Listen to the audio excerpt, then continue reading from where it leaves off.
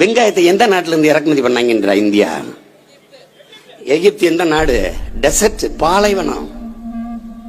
பாலைவனத்துல இருந்து வெங்காயத்தை இறக்குமதி செஞ்சு செத்தே போல. வெறும் மண்ணிட பாலைவனம். அவன் எப்படி பண்றான்னு கேளு. விவசாயம் மண்ணை தள்ளிடுறான், பாலித்தீன் சீட்டுக்குள்ள நெகிழித்தாள் அதை விரிச்சிடறான். விரிச்சுட்டு இங்க இருந்து கப்பல்ல மண்ணை கொண்டு வரான். எங்க நம்மகிட்ட இருந்து தான் கொண்டு போய் அந்த மண்ணை கொண்டு அதுல கொட்டுறான். மணலை தள்ளிட்டு மண்ணை கொட்டி அதுல நடுறான்டா வெங்காயத்தை.